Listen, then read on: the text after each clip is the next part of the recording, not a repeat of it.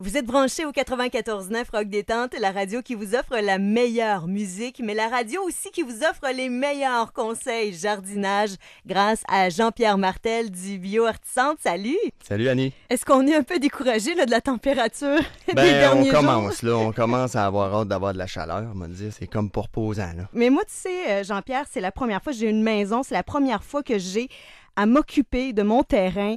Et je sais pas trop vers quoi m'enligner. Sauf que toi, t'es là pour nous donner tes conseils, alors je vais les suivre à la lettre.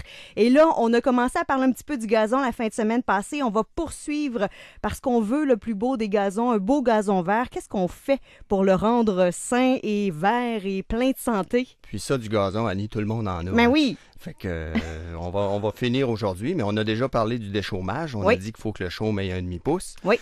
On a parlé de l'aération, 12 trous au pied carré. Le petit truc aussi pour l'aération, j'ai oublié de le mentionner la semaine dernière. Si on n'est pas sûr si on doit faire une aération ou non, on prend seulement un crayon style HB, là, aiguisé, puis on le prend dans notre main, puis on l'enfonce dans le sol. S'il y a de la résistance, puis il nous glisse entre les mains, là, ça commence à être le temps de faire une aération. Si par contre, il pénètre facilement dans le sol, pas de problème, on peut attendre à l'année suivante. Ah, ben on aime ça c'est facile. OK. Puis une autre étape importante souvent qu'on va faire au printemps et qu'on peut faire aussi à l'automne, mais souvent les gens vont le faire au printemps, c'est le fameux terrotage.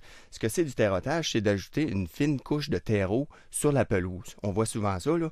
On met un petit peu de terre, on racle, on parle d'à peu près un demi-pouce. Faut pas enterrer le grain du gazon parce qu'il va faire des plaques. Normalement, on prend un terrotage qui est riche en compost. On va l'avoir soit en sac ou en vrac.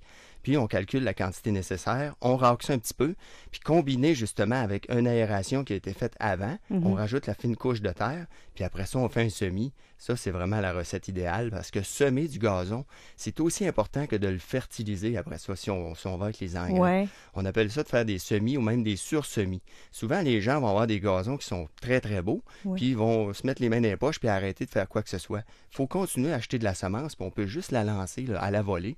Ça te